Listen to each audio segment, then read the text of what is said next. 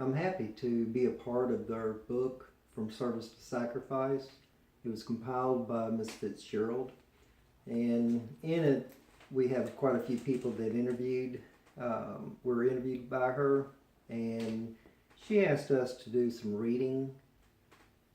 Here's the chapter that I contributed.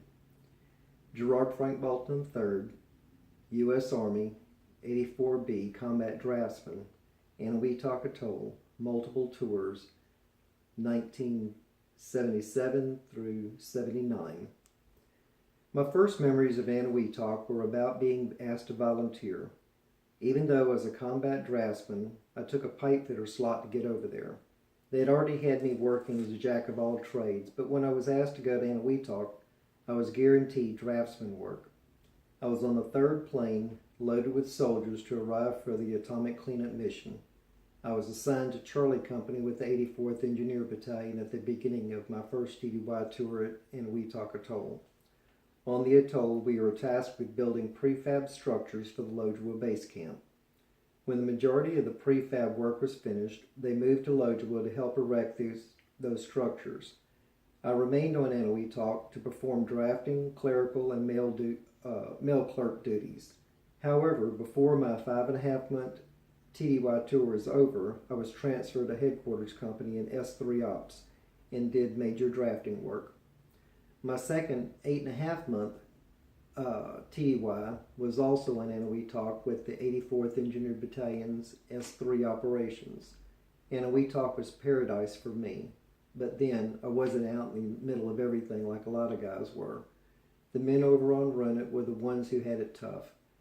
We worked hard to the best of our abilities with what we had, but I think the cleanup mission ended up a huge embarrassment to the government. They just wanted to let us all slip under a rug. Before I went there, I really didn't know anything about the location. Nothing, actually. I was totally clueless. All I knew was FTA, Fun Travel Adventure. FTA was a big advertising campaign for the military back in those days. As you can imagine, the official definition was modified by disgruntled troops not long after the mission began. I personally didn't wear any protective gear. I think I remember wearing a radiation badge maybe once or twice. My job was on Anahuac Island, though that included flying helicopters at least once a week to deliver mail to the Lojua base camp and to pick up glass balls broken away from Japanese fishing nets that washed up on beaches. When I turned in my radiation badge, I asked how it read. The airman who was tasked with the radiation monitoring told me, "Your exposure here is safer than what you'd get in Denver." I was satisfied with my personal work environment. I mean, wherever I laid my head was home for me. But let me tell you about Lojua. In the very beginning, those guys lived in tents.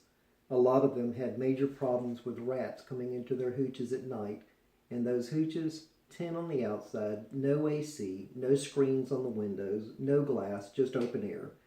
Their working conditions were very intense. It was manual labor day in and day out with 6-day work weeks. I had a tremendous amount of empathy for those guys. I really never thought about radiation issues at the time. My job was in paradise. I never thought about any possible repercussions, at least not until later when I was reading government reports on coconuts with high radiation levels. Reality started to sink in. It wasn't long after that when I found websites and started learning all about the problems other people were having. I felt like I'd been saying yes about and agreeing with so many health issues that were revealed, medical issues that so many others had that I'd never thought about. We needed to be included in the official atomic veteran definition to get into the RECA judgment. What prompted me to start talking about my experience in the Marshall Islands was seeing and reading about all the guys having health issues. In fact, I'd found a website several years back and touched base with its webmaster. After reading through things and talking with him, I thought, oh good, I'm an atomic veteran. Several years later, I read that atomic cleanup veterans were not considered atomic veterans. I knew immediately we needed to do something to change that.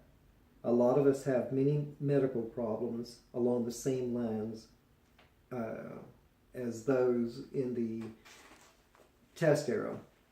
We found our place in the social media market and saw our group starting to grow. Gary never expected to see how the group has evolved. We're all feeling very patriotic but disappointed and hurt at the purposeful exclusion by our government.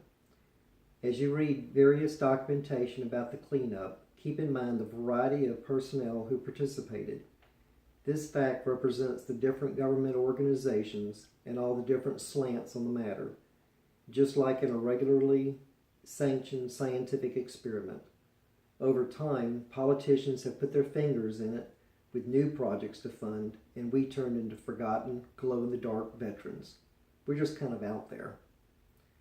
If I had an opportunity to address the entire country and could share a message to our benefit, the things I'd talk about would include making the process of obtaining our records, proof that we ever went to Anahuac Talk in the first place, easier. That seems to be a big problem. We're burdened with proving we went, but files and records are mysteriously missing, or we're told they've been burned in the fire or lost in the flood at a record repository. We get Congress to step in, and lo and behold, files seem to mysteriously regenerate. We're fighting for recognition, to be recognized as at-risk veterans, as opposed to being labeled merely occupationally exposed. I think there was a total error in our classification status, and nobody did any follow-up. The cleanup study, the intent was to circumvent us having high exposure ratings. I'd like to see all of that recognized. If you get a chance, get the book. It's really revealing, and you can buy it at Amazon.com. You can take a look at our website, AtomicCleanupVets.com. And until next time, God bless.